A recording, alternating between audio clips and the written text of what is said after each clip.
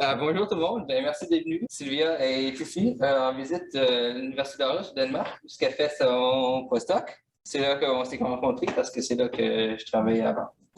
Elle fait des choses très intéressantes. J'ai pas besoin d'en parler parce qu'elle va en parler. C'est ça. Sylvia elle a fait la plupart de ses études à l'Université Technologie de Grasse. Puis maintenant, elle est à Aarhus depuis 2 ans. I didn't understand what you said. No, 2 years. We've been in Aarhus for 2 years. 2.5 years. 2.5 years. So yeah, so that's good to know. So now just Silvia. Exactly. Like, I guess it was a nice introduction. It's nice to meet you in person. Like for me, it's the first talk since 2 years that I actually speak in front of people. And thanks for your time, like that you skip lunch or like postpone it for later. But I hope you're gonna like to talk about, like, I'm gonna present you what we actually do in our labs in Aarhus. And Andre mentioned some of you, maybe all of you already have heard or used microsensors, electrochemical microsensors. So I quickly talk about those parts, but it's not my main topic. I mainly use optical chemical sensors. That's like the main part where you can ask me also questions. Cool. Just that is not working. Nice. Then I have to click it. Now it works. Yeah. Like, you're in marine science, so you know much more about it than I do. But just to set the background or the context, we do develop sensors which are like targeting chemical and biological processes, mainly in environmental science.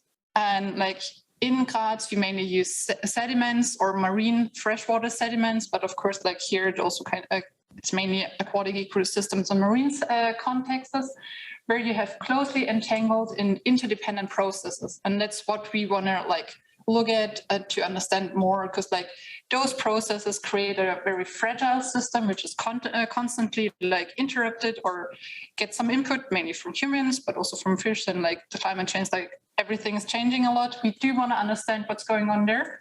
For that, we try to develop the sensors. I hope you can see that part down there, to develop like key biological parameters and like to understand how the parameters do interact with each other on a high spatial and temporal scale, not only the spatial scale, but also the temporal scale. And first, the microsensors, which I want to talk first about it, they are very good in like, when it comes to spatial resolution, because like along a depth profile, you can resolve like what's going on there in one particular point, right? Especially when you're, for example, interested in what's going on around the root of a plant. You just stick the sensor in there and monitor going up and down and see, for example, oxygen changes, which is the most common electrochemical microsensor. And here you're gonna see like one of the schemes. But like we also do develop in our lab, mainly Unisense overlap, those sensors for CO2, nitrous oxides, and H2S. But we also have like some biosensors for methane, volatile fatty acid, urea, and sulfate sensors. And I guess like you already talked about sulfite sensors as well we have here, and oxygen microsensors. I can definitely recommend that review from Niels Peter, which was published last year. That was my preparation to talk about it today for you. It's very interesting also to see the multiple different applications in environmental settings, not only sediments, but aquatic environments. They also use the microsensor profiling setup to deploy it on a deep sea lander, which I think is very amazing, because like you have a thin needle here, you see the dimensions, and you just deploy it onto a deep sea lander and measure like in situ, which is very nice. You can also use it for microbial meds. I don't know if you heard, I guess you know more about that one, but like I really find it fascinating how closely entangled those microbiology is happening there, and having like super different entangled processes. And they also use the microsensors to analyze like the dynamics of oxygen and H2S there. They're also very proud about their CO2 sensor. And maybe you have read about that one. It's also in collaboration with Klaus, who's my main PI in Aarhus. And they used the microsensor to study like a seagrass leaf, which is covered with epiphytes. And they just wanted to see, okay, what's going on there? Like, how is the epiphyte changing, like the settings and or the conditions for the seagrass leaf, which is like also related to coastal eutrophications. And they used the microsensor not only for oxygen, but also pH and CO2. And what they could see, like during light, when like the leaf is in light, you're going to have a huge change here in the epiphyte. Like the pH is increasing, like it's getting very basic. The oxygen is also like increasing, while the CO2, like that is that one here out there, and like the general inorganic carbon is decreasing a lot. So it's gonna create a harsh environment, and like it's hampering the performance of the seagrass leaf in terms of photosynthesis. And in darkness it's vice versa. So overall, like the plant gonna suffer a lot due to the epiphyte. And it was the first time like that it was able to, like they were able to show what's going on there using a microsensor. So that was very nice. But the problem with that one is you have just 1 point measurement.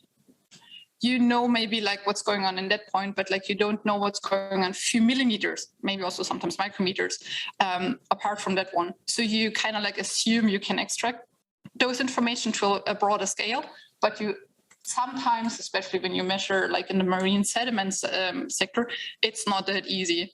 And like it's really hard to extrapolate to a quantitative relationship at a larger scale. That's why like it would be interesting to have measurements set up where you can like map the whole area here just to get a lot of more information what's going on there. And that's what we used and developed like with the optical chemical sensors to reveal patchiness in environmental systems, to have it like in 2D. It should be similar as the microsensors, minimal invasive, because like you don't want to disturb the environment where you measure in. And of course, like just get a lot of more information about biochemical parameters and maybe also their interactions. So that's where I do work most of the time on the topic. And it's kind of like, that's what the sensor looked like. And that's what I'm going to talk about most of the time, right? Like in the next couple of slides. The thing is, the sensors is optics based. Like like the foil is sensitive to light, or like the spectral properties of the foil can be correlated to the underlight concentration, meaning that like when you shine light on it, it's gonna emit fluorescence or phosphorescence, in that case fluorescence, and based on the spectral properties, like let's say the fluorescence intensity, you can correlate it to the underlight concentration, which is pretty smart because like then you have it also in 2D. Basically how the sensor is designed, you have a plastic overhead foil, like PET foil, and then you knife coat a sensor cocktail onto that one. It's kind of like smearing a piece of butter on your bread, but just more reproducible. But of course, like you have the sensor cocktail, which is compromised of like, it has an analyte sensitive indicator that is like reacting to the analyte and changing the spectral properties. Because of like the way how we measure, we also need a reference. Because like, as I told you, like it's optic based. So you're going to have some scattering effects and you want to account for that one. And to make it as reproducible as possible, we have a reference indicator, which is insensitive. And then you can have some amplifications in there as well. You mix it together, smear it onto the PET foil with a host polymer, let it dry. And sometimes, depending on the analyte you want to measure, you also have a gas membrane, so you can actually monitor gases as well. The most common sensors we use are like oxygen, that one is an oxygen sensor, but we also have pH, temperature. A very skilled PhD student in our lab is working on ammonia sensors, but we also have CO2 sensors. And sometimes, like that's my part, is like combining uptones together, that you're able to not only monitor one analyte at a time, but maybe two or more. And the very nice part about the sensors is they are flexible in their design. You can have it like, just cut it out and you have a square part of the sensor. You apply it to the part that you're interested in. You can have like cut out a small piece, put it in front of a fiber guide, and you have like microsensors or macro-optodes, depending on the size you cut out. You can also have a combination. It's kind of like a little bit broader, but they are called then sensor patches. Or when you want to be like completely independent of like not having a foil, you can also incorporate the sensor cocktail in kind of like polymeric matrix that you have nanoparticles. That's kind of like what Klaus mainly did. And I'm going to show you some applications for that one as well. Like right now, it's just a sensor, like you think, okay, how can I then study my biology?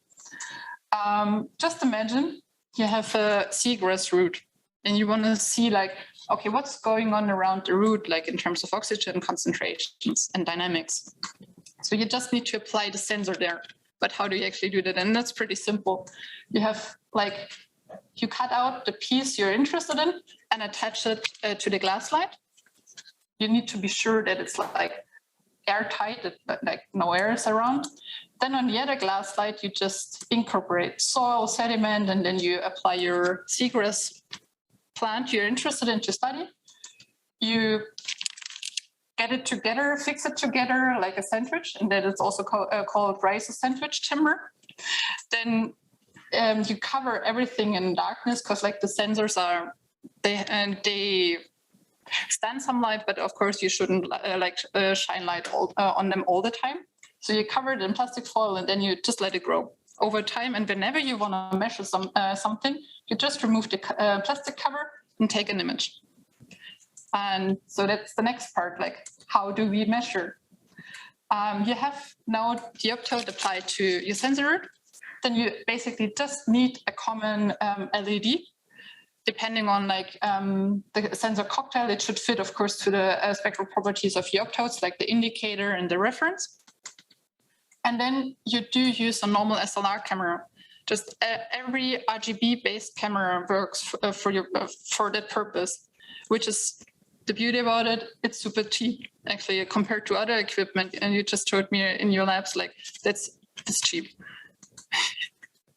Sure. And then you can study whatever you want to study. For example, you have a day-night comparison between what's going on. And then you basically see, okay, here you have kind of like high oxygen, while here down on the end of the tips of the leaves, it's rather like low oxygen. And then you can study whatever you want to study. And you have it like not only one profile, but you have it in 2D. So just to sum up like some of the advantages. The sensors are stable, robust, and minimal to non-invasive, like especially when you create the timber and let it grow, it's not at all invasive. The sensor design, as I showed you, it's super flexible, and I'm going to show you some other examples for that one. It's kind of like cost efficient, depending on the readout system, and like you have only the RGB camera. And the optodes, like the indicators, can be tailored to like what you need. You can play around, like the chemists can play around with like the indicators, and there are a bunch of different out there, measuring trace oxygen, broad range sensors for like covering between 0 and like fully oxidized systems. And the optodes have been applied so far to like same as like heterogeneous sediments, but also like any other interfacial processes with steep gradients. And like one other example I want to highlight is one of our PhD students is working with ammonia emissions. Like she developed also the sensors and is trying to optimize that system. So that's Teresa. Maybe Andrea knows her. And what she did was like measuring the ammonia emissions in sediments, and then she applied Menhir and just like try to figure out what's going on, what's changing, what are the processes behind changing the environment. But she was also not only measuring ammonia, but oxygen and pH at the same time. And so that's an example of how the results look like. Here you're going to have the optode of like ammonia optode, and here you have the oxygen optode. And as I told you before, like when you have microsensor, you just have like one profile, and you just maybe you're lucky and you see, okay, here's something major going on. But if you have the micro profile here, nothing is really going on. So like, that's the nice thing about the octodes. You have a broad range and you can directly see what's going on. But you can draw a line profile and just get the information out there. Okay, that's going on in that line profile, but you also have like that one here. You just generate a bunch more data. But as I told you, it's not only high spatial resolution, it's also temporal resolution, because like you can repeat those measurements over time. And then you're gonna see, okay, that's changing over time. Like that anoxic area is just creating, or it's, yeah, I don't know, like the background, why that happens, I have any clue there, but I'm the chemist just providing the sensors. Yes. And then, as I told you, like we are not only limited to like 2D PET falls, but Klaus was like, he incorporated the indicators in nanoparticles and had a sprayable sensor. So you just have like the air gun and just you spray the sensor onto like the surface you want to study. In that case, he used corals just to visualize, okay, what's going on like in terms of oxygen dynamics on the surface of a coral. Yeah, that was the first 2D visualization of like the corals. And here you see kind of like how the intensity is changing over with different oxygen concentrations. And here, like what they finally did was kind of like figuring out, okay, here you have kind of like a damaged tissue while here are algae growing, and that's something you can correlate to the oxygen concentration. And it's, yeah, it is a little bit tricky because like you do not have a flat surface, like completely even. That's kind of like necessary when you want to image because it has to be in focus, but somehow still with the equipment and like they managed. And I very much recommend to read that paper. It's very nice.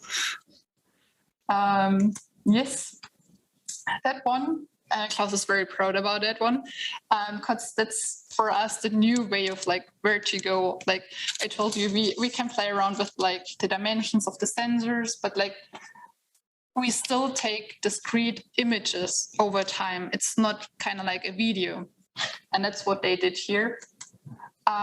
When you just have like the surface of a coral, it's a stony coral, and you have it like in the water, and with the flow, something is going on the surface. You have the coral who is producing and consuming oxygen, but you actually don't know what's going on the surface. There are some flagellas maybe moving the oxygen around, but you have no clue, like not many details about that one.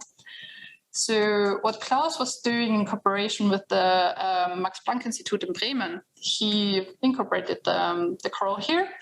Then they were measuring with a light sheet. It's not a light beam or LED. And what we used to use, it's a light shield where you kind of like have one distinct area of focus where you can then image. And he used like those particles. Those are all nanoparticles, which are sensitive to oxygen. And so they could make kind of like a video and they could trace those particles. And applying smart algorithms, they could correlate then the velocity and changing, okay, looking where's the particle at one specific time. And then they could correlate it into like the oxygen concentration. And then they did see kind of like here you have like the surface of the, I guess it's the mucus. Correct me if I'm wrong there. You do see like you have hotspots here where the oxygen concentration is quite high, while here one is rather low.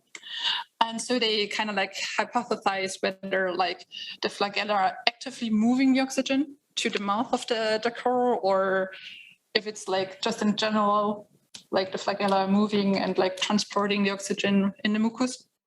The paper is like, it is accepted by now and they're like in a way of proofreading. So it's soon to be out. So like that's the new way and the fancy way of going like in optical chemical sensing. Yeah, and Klaus is very proud about it. And I also think it's very cool. But that's not where I work. My part was actually why I was getting hired was like to study interdependencies between indicators. Like, as I told you, we have not only, we don't want to have only one indicator at a time to monitor, like oxygen. It would also be nice, especially when you go in a heterogeneous, complex microenvironment, how is like oxygen depending or influencing CO2 or pH? Like maybe some processes are like very closely entangled, and it would be nice to get more information about it, like the parameter Independencies. So I'm gonna talk like in the next chapter about like multi-sensing, or like dual analyte sensing. Let's call it dual. And it was kind of like, so far there are not that many optodes out there who are actually able to do that. The reason is because like we, as I told you before, we need to have the indicators compared with the reference indicator who have similar spectral properties. But when we use the RGB system, they also need to emit in different color channels. Like, and then we are kind of like limited, right? We have only 3 channels, sometimes 4, when you include the near infrared area. But then we are kind of like limited. The indicator has to be excited in one specific wavelength range, but has to emit in different ones. And that's kind of like the challenging part here. So that's for sensor chemists who like to synthesize new indicators. That's the challenge, and to play around with for that. Also, like as I highlighted, the camera is also kind of like limited. We only have 3, max 4 different channels, and you always get like an accumulated total signal there. So we don't have actually a lot of data. So that's the part for sensor engineers to play around.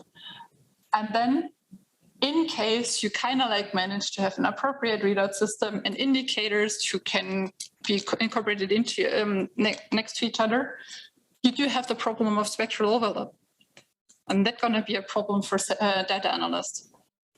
Since like I do work at the microbiology department, we don't have like any chemistry labs, so we don't play around with like the indicators and synthesize new ones. But we did focus on those 2 parts, like optimizing the readout system and looking more into spectral deconvolution. That's why I was hired.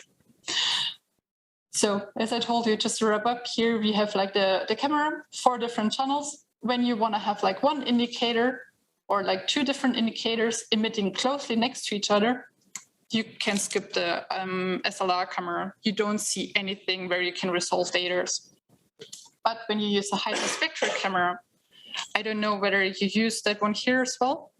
But like the beauty about that one is like you have up to 150 different spectral bands. So you basically just get much more information in each pixel. And you kind of like can resolve that total spectra and hopefully also deconvolute and get information about the individual spectra. And we did like, is it already, 1.5 years ago, we did our first proof of concept where we used such a hyperspectral imaging and where we incorporated 2 different oxygen indicators in one. I'm going to explain you later why we used 2 different indicators. So what we were measuring was the total spectral, here as you see it here. And then my part was like to come up with an algorithm to like spectrally resolve the total spectrum to get the individual information and then to be able to correlate it to like the oxygen concentration. And I did that by assuming they don't interfere with each other. So we have just a linear combination. We know the individual spectra, because like that's easy to measure. And then you say, like you assume they linearly contribute to the total signal and ignoring like maybe there's a partial interaction. For now, we were able, and it was a good assumption that we ignored that part. So it's called like we have a linear unmixing and then we have a least square fit for that one. That was everything we did so far and it worked perfectly fine. But why 2 oxygen indicators? Because they're sensitive in 2 different ranges. While the other one, like the platinum indicator, is a broad range sensor, being able to monitor between 0 and like full oxygen concentration. The other one is a trace sensor, meaning that like when you have a complex system, it might be sometimes of interest to be also to resolve like parts where like, or to be very sure that like close to anexic conditions, you still like don't measure noise, but like you know what you're measuring there. So we incorporated into one indicator. And now I'm just going to show you like the differences, like why it was reasonable to use like the broader range sensor. Here, when you have like, here you have a plant root, and that one here is water, and yeah, incorporated in sediment, and you have a line profile here. And you see like the oxygen concentration. Yeah, of course, it's as expected, it's completely like saturated. And then you go down and like you see, okay, it's a little bit noisy. Especially when you measure at low concentrations, here you see, okay, it's super noisy actually, the signal, and it's also drifting. That's both what we don't want to have. When you now look at the trace sensor, here you see it's beautiful. It's not noisy at all. Even here, we don't have any drift, but we are not able to measure what we were expecting at high oxygen concentration. So it's completely failing like at normal air conditions. So what we did then was combining those two different indicators, and you see like we are able to measuring like at normal oxygen concentrations and also like with low noise, also at low oxygen concentration. We don't have any drift here, and it's fairly not noisy. So that's why we did that one. And as a first proof of concept, it was nice.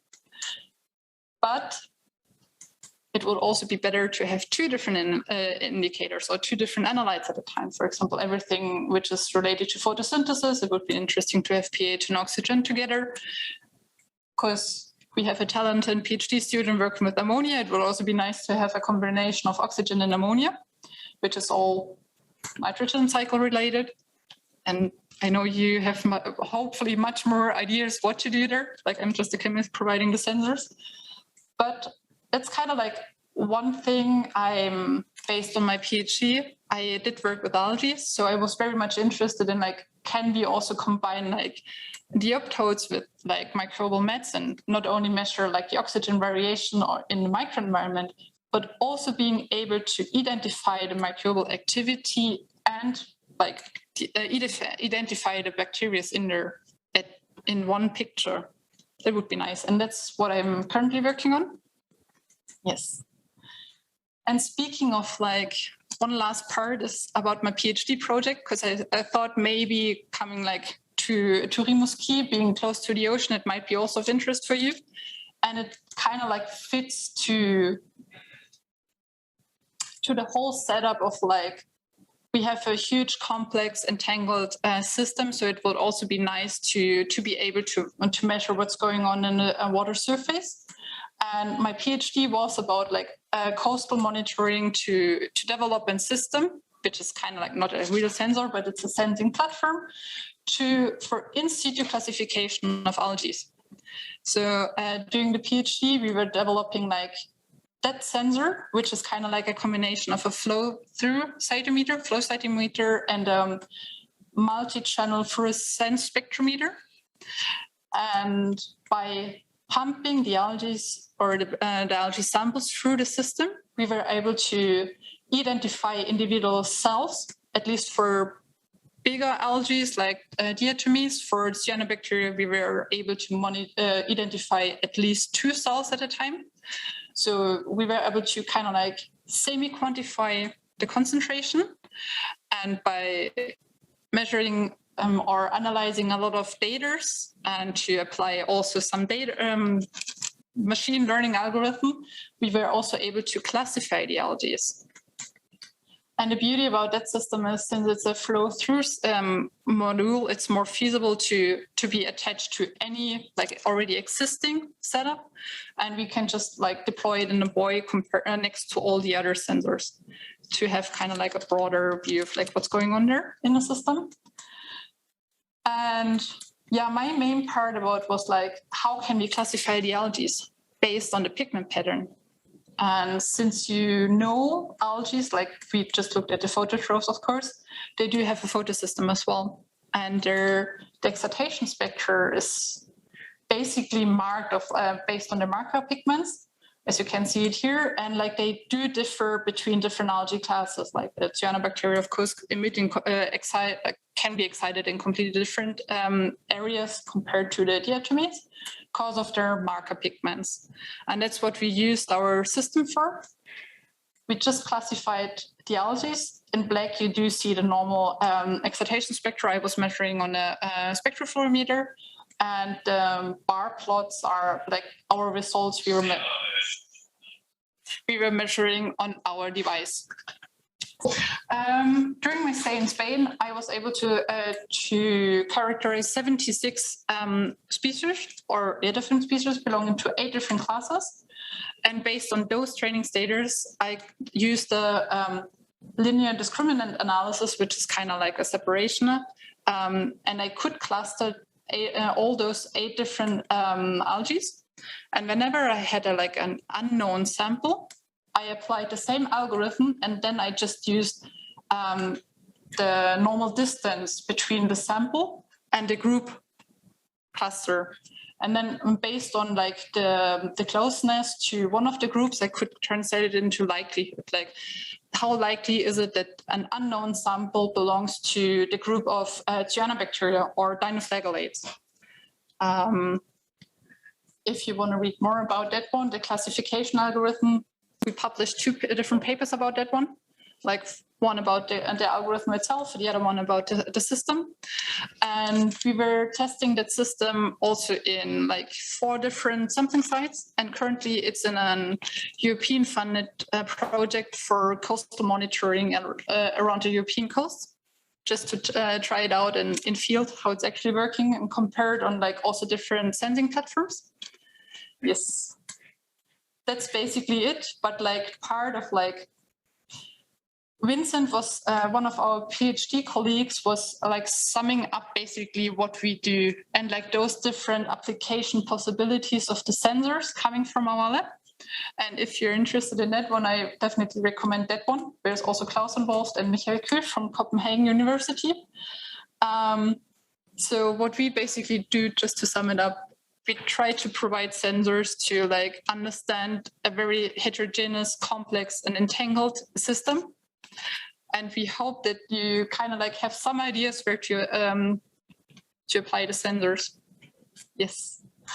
So I was talking about some other people's, like just to that's kind of like our core team. Like the team is already growing. In case you don't know Klaus, that's Klaus.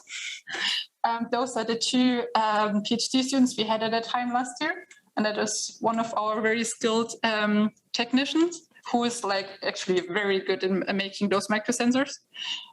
Yeah, that was like we were running, as you hopefully can see. And it was a lot of fun. It's actually a lot of fun, but it's a huge group working together.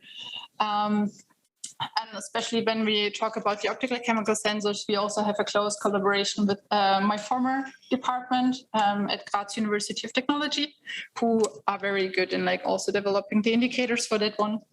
And of course, we also have a lot of funding. So that was me. If you have any questions also after the talk, I can recommend my email address. And soon I'm going to be a freelance data scientist and analyst in case you need some people to work with complex data sets. Please. Thank you very much for your attention, and I hope you have some questions. What is the highest temporal resolution of your sensor? Like the limit of detection? Yes. That very much depends on the indicator. Like the ammonia sensor, for example, that's right now for like rather high concentrations. It's not so much about the emissions, but like it's more the concentration in the sediment. When we talk about the oxygen sensor, it's fairly low. Like, but if we talk about the changes in the oxygen concentration, yeah. What is the highest temporal resolution if the oxygen is changing? I saw you show a video, so I guess it's really high resolution. Yeah, it is, but I don't know the exact concentration. I'm sorry. Yeah. Thank you. You're welcome. I have a question about, do you know if someone explored the use of voltammetric microelectrode? Because the voltammetry is a wonderful tool to measure a lot of things at the same time. Yeah. And when I started my PhD, it was very fashion to use voltammetric microelectrode with a gold mercury complex. And we can measure at the same time the oxygen, manganese, iron, and the speciation of iron. So we can measure the organic ligand with manganese and iron 2 and 3. And at the same time, we can have the speciation of the sulfide. Okay. So I am surprised that now nobody uses that. It's just contained by a small group of people like me, but I don't have any student who want to do that because it's very complicated, because it's a voltammetry. But do you know if in the industry is it something we are trying to do to use and to renew the use of the microelectrode, the voltammetry? Like I do know that like Erik Bakker for sure is working with that one, and like know the guys in Stockholm because they're coming from that lab, of course, and we do have collaboration with them as well. Because since Unisense and with I know in Aarhus you are very, very strong in the development of sensor, but it's there is no. I know that there is a lot of opportunity and a lot of data, but in terms of diagenetic and diagenesis knowledge, okay, the oxygen is okay, but we have to know also the contribution of iron and manganese, and we have to have a vision of the speciation of the redox sensitive elements. And the voltammetry is also a very good instrument to do that. Yeah, the thing is, like, because you mentioned like if the industry is interested in that one, right? I guess the limiting part is there, it's complicated. They like to have it easy, and so it's like a plug and play. Like when I talked about like the multi-sensing, they were kind of like, but why do we care? Like then just apply 2 different LEDs at the same time and have it next to each other. So they're more like what is fast, what is easy to handle. So I guess that's kind of like the limiting part why it's not that used in industry. Okay, that's all. Raoul Couture, do you have a question online? Okay, thanks for the very interesting talk. I'm Raoul Couture from Laval University in Quebec. You had a slide where you showed this discrimination between algal species using UV spectra and machine learning. Yes. One question I have is we are worried about oversampling. So what would be the spectral resolution needed to discriminate between species, but yet not measure at every nanometer? So do you think your algorithm could help define that? What's the crudest resolution we should have in our sensors, but still be able to distinguish between species using that approach? I'm not completely sure that I got that one, but because like the sensor is like measuring in the water column, right? Yeah. So what's your spectral resolution? Every nanometer or every 10? You measure absorbance? Okay, that's what you mean. Like we do have like 8 different LEDs. Okay. So we don't have like a full spectrometer, and like I tested the algorithm like with like the full spectral range, and you don't need that one. Okay, that was my question. So you have 8 sensors, and like, I'm not sure if it's in that paper, but like I also like tested it, and 6 LEDs were actually fine. Okay. It's more about like the training data. Like you need to have like the algae is tested in different conditions. Like there's a huge change in spectral properties, like the pigment settings, when they just grow. Like, and there's a huge difference between a lag and log and the steady state phase. Yeah. And that I didn't account for in the training status I have there in the publication, but it was what we also figured out, and then we just focused on the lag phase. Now the log phase, like where they grow. Yeah. That answers my question. Thank you. You're welcome. You talk about the use of hyperspectral camera. Yep. And I am wondering if you try to use this kind of camera in a drone or something like this to have an image of the intertidal area during the low tide and to do, I don't know, the analysis or identification of algae in this, with this. People are doing that also at our uni, but not in our department. That's a different department. Okay. Like we are more into like developing those sensors. And it was just like, we needed to change the readout system to get more information. And then was the way of like looking at what others do. And they are using the hyperspectral camera. So we use it on the micro scale. While like other departments of sure, like they use it for remote sensing. Okay, so I understand that this kind of camera can be used at the other one for the planaroptod, just to put the camera in front of the aquarium and to see. Okay. Yeah. Okay. Thank you. Okay. You're welcome. So thank you so much for your wonderful presentation. Merci beaucoup à tous d'être venus en ligne et puis dans la salle. Très content. Merci beaucoup. Merci. So we see you next week, mardi prochain, webinaire à midi, bonne pratique de terrain EDI. So See you. Merci. Tuesday.